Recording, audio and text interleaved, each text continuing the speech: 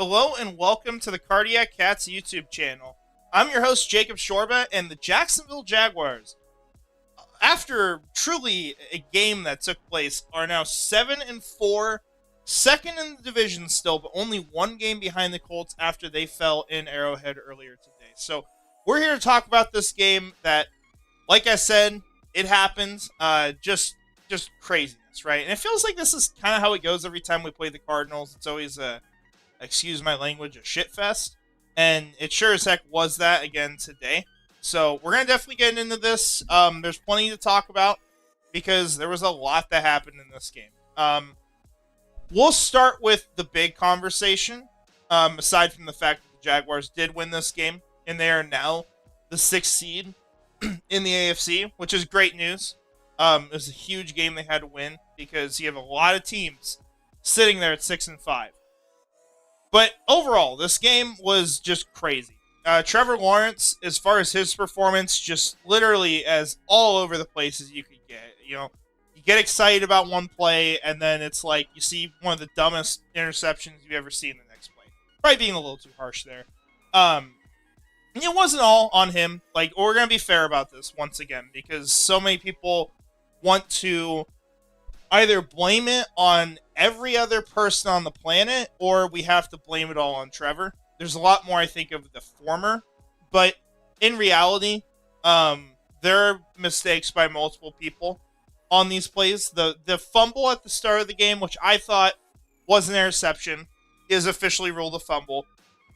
That is both not just on Trevor Lawrence for not seeing the pressure and just completely ignoring that side of the line, but it is obviously the fault of the right tackle, because the right tackle did not hold the block. He pretty much lost immediately. And given it was a backup that was playing there, Anton Harrison was out for this game. He did not play.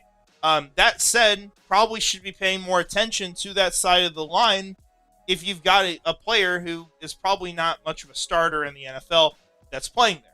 You know, the pocket awareness just has to be better, right? And we've seen a couple things like this now, because you had the pick 6 against the Texans, and then now you have this one, which really basically was a pick 6. Technically was a fumble 6, but that was a rough play. You had another one where Trevor Lawrence was really close to completing it for a touchdown, but made a very dangerous throw, didn't put it in the right spot, ends up getting picked off by a defender in the end zone, right out of the half as well, when the Jaguars were trying to get back in control of this game. After that, they were just really rough plays, right? Just bad throws, not seeing the field well, very frustrating. But once again, like, I don't want to just say negative things, right? Like, we want to be honest here. And one thing that I think Trevor has at least done very well this year is I think he's been far more clutch. I think he's stepped up more often whenever he's been in the situation that it's do or die, right? And we saw him do that throughout this game. I mean, if we take a look at what the Jaguars did after every single one of these mistakes, right? You had the fumble. Next drive is a field goal, so they score. You had the interception, followed up with a touchdown. Interception, there was a punt, and then you had an interception, so maybe he didn't do it on this time. But after that, touchdown, right?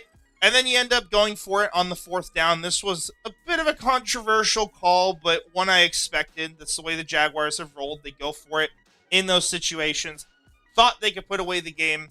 Ended up not being able to. And it did go to overtime, but this team did finish business in overtime. So, good to see them win this. But obviously, you know, it is very frustrating to once again have one of these performances where you're just left scratching your head wondering what the hell you just watched. Because that's really the way I feel right now, and I think how a lot of other fans feel. But that said, not blaming it all on him. There's blame to go around. Now, as far as the rushing game, Travis Etienne looked really good in this, especially early on. Had a huge 45-yard run. He carried the majority of the workload. Tuden really was not a big part of things today. You also saw Trevor Lawrence using his legs, which has been very successful every time he's done it. You hope that they continue to do this. You hope that is a part of the game plan permanently going forward. And I think that's been kind of proven at this point. He has rushed far more, at least from what I've seen compared to previous years, and it kind of takes you back to his college film, which is good stuff. I mean, he had some phenomenal plays with Clemson, and that should be a part of his game. Now, as far as the receivers, man, Brendan Strange having a hell of a game coming back, played really well, brought in all of his targets. I mean, you look at this, really good stuff from a couple guys today. You know, Brendan Strange nearly 100 yards. Parker Washington, just a lot of impact plays, had some good returns. Jacoby Myers had his first touchdown with the team.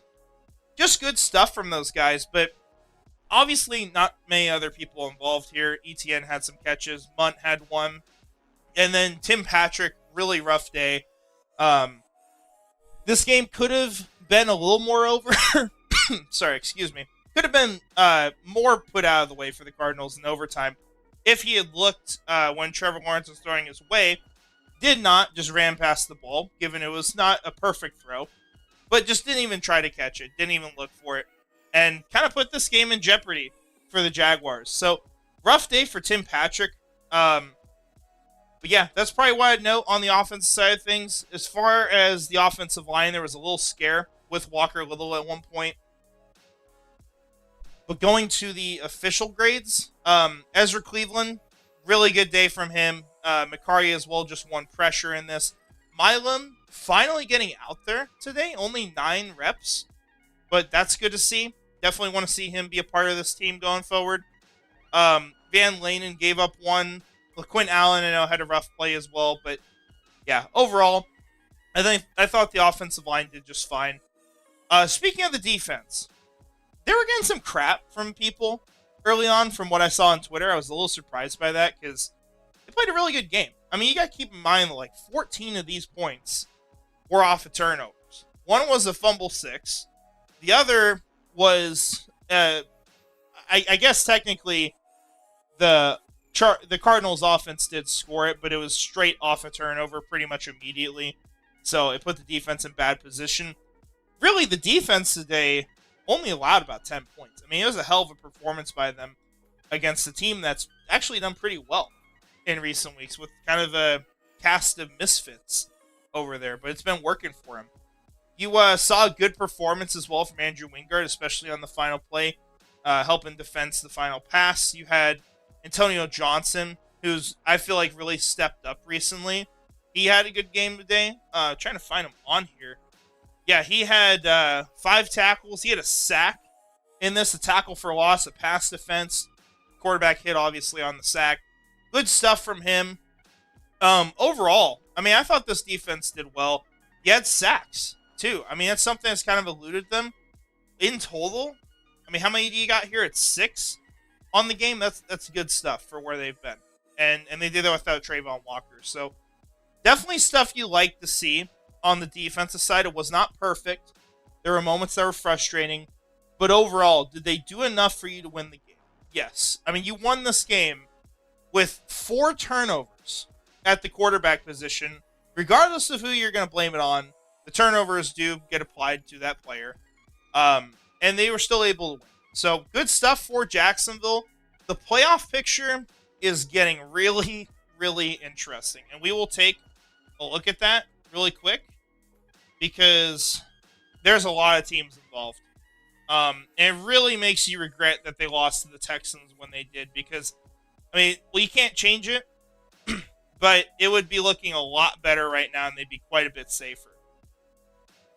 So looking at the picture, and this is kind of what I was saying. If they had won against Houston, they are sitting tied at the top of the AFC South. I don't know if they have a tiebreaker, but bare minimum, they're in the 5th seed. They're 2 games up on all of these teams. Right now, Jacksonville sits at 6th, above the Buffalo Bills, who they will not play this year. You have the Steelers at 6-5, the Texans at 6-5, and the Chiefs at 6-5. After that, all these teams are pretty much out of it. Jacksonville holds the tiebreaker over the Chiefs. The Texans, I don't think is much of a certainty because they split the series, and the Steelers they have not played. So you got to really worry about some of these teams down here. Good news, Chiefs and Texans I believe play next week, so that's going to be something that's going to help out Jacksonville. Jacksonville, I believe we play Titans and Texans. Or, sorry, Titans and Colts next, which we'll confirm that here. Yes, it is the Titans next Sunday. So that is going to be a much-needed game for this team. Should be able to win that, hopefully pretty convincingly with where the Titans are. If not, that's a little concerning, given Jacksonville did struggle against what's now 3-8 team today. Although the Cardinals have been close in a lot of games this year. But Jacksonville's going to have a good shot at sitting about 8-4 coming out of that game. And then you've got some games against the Colts. You got the Jets, which will be a good one to have. You'll have the Titans again, and then you're going to have to face the Broncos. I think realistically, if I had to bet on where this team finishes, I think for the last 6 games, I would probably be predicting 3 losses here because they have struggled in games they shouldn't. I think you could drop one that maybe you don't expect. I think the Broncos would probably be a game you'd expect to lose, given the Jaguars could upset them. They've done very good against the AFC West. I think you probably end up splitting with the Colts. So if that's the case, Jacksonville's going to come out of this thing 10-7. If you're 10-7, it's going to be hard to miss the playoffs. So they're in a good spot. This was a big game to win. Thank God they finished it in overtime. Thank God they've done that the last 2 overtime games because they had a close one against the Raiders too. Could be a very different season if some of these results just change the slightest. But right now, Jacksonville's in the playoff picture. They're in a good spot. They would be on the road against the Colts. However, of course, there are 2 games to be played against them, and Jacksonville controls its destiny just as much as the Colts do. So we'll have to see how those go, and if Jacksonville has a shot at a home playoff game. So, with that all said, it's most of what we got here. We will at least check out defensive grades too, so you guys can see them. Keep in mind how many snaps, of course, because Matt Dickerson only played 9 snaps, so keep that in mind. But overall, very all-over-the-place performance from this team, specifically on the offensive side of things. But they've proven they can win these games, and that's great. But it's got to get better if they're going to go to the playoffs and win. Because if you're going to play like this, if you're going to have games where you're going to make that many mistakes and just pray to God it works out, you might get blown out in the playoffs. I mean, it's genuinely in the cards at this point. And so if they can clean it up, if they can play smarter, they could be a good playoff team, right? This team can compete with anyone, but they have to be playing their best. They cannot be making as many mistakes as they have, especially on the offensive side of things. So I appreciate y'all watching. We're going to wrap it up there. I do want to shout out our channel members first. Gator John Bites, Ichi Wiener, the FTX Smoke Eater, Mr. Dolphin, Brian Foster, and Frangies. Thank you all for supporting this channel. Let me know your thoughts in the comments. Also, small thing here. I'll finally have thumbnails back up. My Adobe subscription randomly got canceled recently. I don't know why. It was kind of a random thing by them. So I had to wait a couple weeks to get that fixed. That's why we've had crappy thumbnails for these videos. But that will be fixed going forward. So thank you all for watching. Let me know your thoughts in the comments. And finally, go Jags.